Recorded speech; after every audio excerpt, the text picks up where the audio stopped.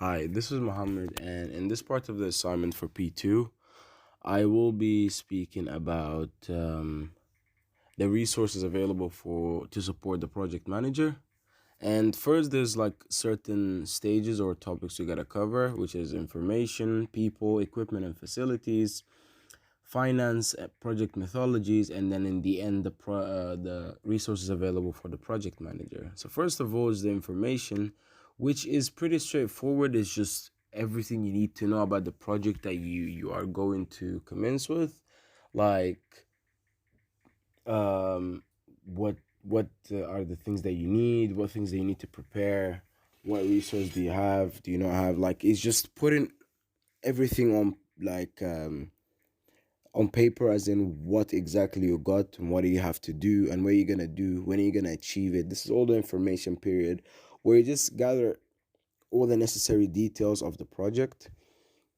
Second, we've got the people. So people could be stakeholders, product designers and developers, and testers. So first of all, we got stakeholders. Stakeholders are the people that just that are working on the project, or like interested in the project, or made an investment or something like that to support the project in a way. So in the end of the project, these are the people who would possibly make benefit out of the project, so they will have a share of the profits. And then you got the product designers and developers. First, the designers are the people who kind of lay out the project, and they have fonts. They make certain prototypes on how the project will look, and um basically they put everything together to see what the client would want, and just give them as a preview to the client if they accept it or not, and give them choices to choose from in which way would they want the project to be. And the developers are the people who kind of just they do all the actual work, all the hard work, like all the measurements, the layout, like building the actual layout. So the designers, just put sketch out the layout, but the developers are the ones who actually build it. And they organize all everything, they organize the equipment, everything that you need. They also, like, sometimes will be given the responsibility to buy the equipment. And yeah, so they are kind of responsible for everything. Like they are just under the project manager. They are the ones who directly help him with everything. And finally, we got the testers, and as the name suggests, they're the people who test out the project to see if it's working well, if it's up to standard, if it's efficient enough, and to give an overall review of if it's gonna help or not.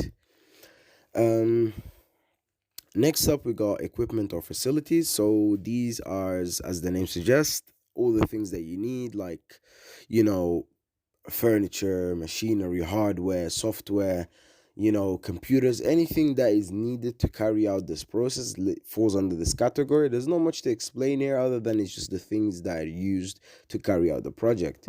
Finances, as well as the name suggests, is where you're gonna be getting the money from to support the project. So it would be like either stakeholders, or if you have, a loan from the bank, depending on how where the finances come from, and also how the project manager would manage it, like separate the fees and see how much everything will cost. And this part of the project is really important, because otherwise poor funding to a project could lead it to fail, or even come out completed but with not with the outcome that was hoped to be. So it is pretty crucial for this part to be covered, or the project could actually fail or just not work out as it was supposed to. So finally, in this section, we got the project mythologies. So for the actual, like, not hardware, but the hands-on mythologies, there is a there's a mythology called Prince 2. It was introduced in like 1996, and it was actually made by UK government. And the word Prince stands for Project in Controlled Environments. And so yeah, this mythology follows 8 steps. First of all is starting up the project, like as it's kind of self-explanatory, really. You just get everything ready, get everything started up, up and running. And then the planning bit, you sit down and plan what you're going to do for the project. Initiating a project, so like you actually getting to do the things, like getting to get the product done. And directing the project is kind of more like something that the project manager would do, with like lead people or guide people on what to do on the project and make sure everyone is doing their job properly.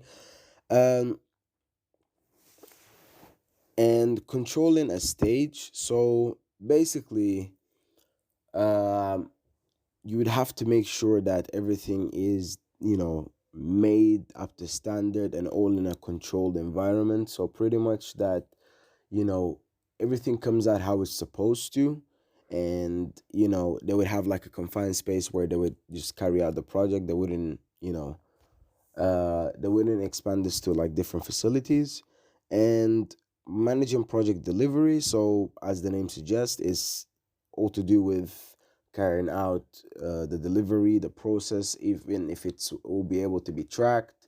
And just making sure that the product reaches the client. um so managing stage boundaries, which is basically, in this mythology, well, you'll be using a confined space, so you'd have to set a certain rules on how to operate in the space and how everything should be carried out.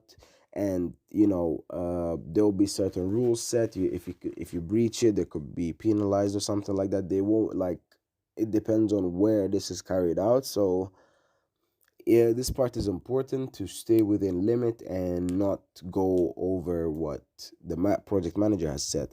And then the last stage will be closing a project, which is pretty much just ending everything, finishing all off, setting everything, collecting all the rest of the equipment, and just leaving that space that you were um, carrying out the project in. So for the last bit, um, I'll be explaining the tools that are available for the project manager. So there's something known as a Janet plan, Janet chart. Sorry, a Janet chart is pretty much like it's like a chart that has a certain like time flow going, time over distance, pretty much. So you would have certain goals that are want to be achieved in a certain time set, and then it will show, it will be shown how much progress has been made in that certain time, or has it achieved the goal or not. And it's done in an image format. So yeah, pretty much it's not a lot to look at. It looks like one of those word charts. So yeah, also there's a PERT chart. So a PERT chart is basically um it's kind of like a performance over time kind of chart. So basically, it looks at you know like certain goals that they want to be achieved, and then it looks at the process, how it's going, and if there's anything that could be changed to be made better so the efficiency is higher. It's just basically dependent on looking at issues, fixing them, looking at other issues to kind of like always improving on the project. So pretty much it's a whole loop of review and improvement, review and improvement. Um, and for software, you got, of course, the one and only Microsoft Project Manager. Um, this is a very, very helpful tool. It is used for all sorts of planning. It's very efficient. It carries out plans how are they supposed to and how it's expected by whoever is planning the project. So it has a lot of functions like developing plans, assigning resource to tasks, tracking progress, managing budget, and analyzing workloads. There's way more to it as well, but this is just some of the functions that I have mentioned. But it's a very helpful software, and personally, I think that if any team is working on a project, especially if it's big or if it's a person's business, this would be very helpful to kind of set everything very clear and very up to standard. So this is all for P2 of this assignment, and I will see you in the next one.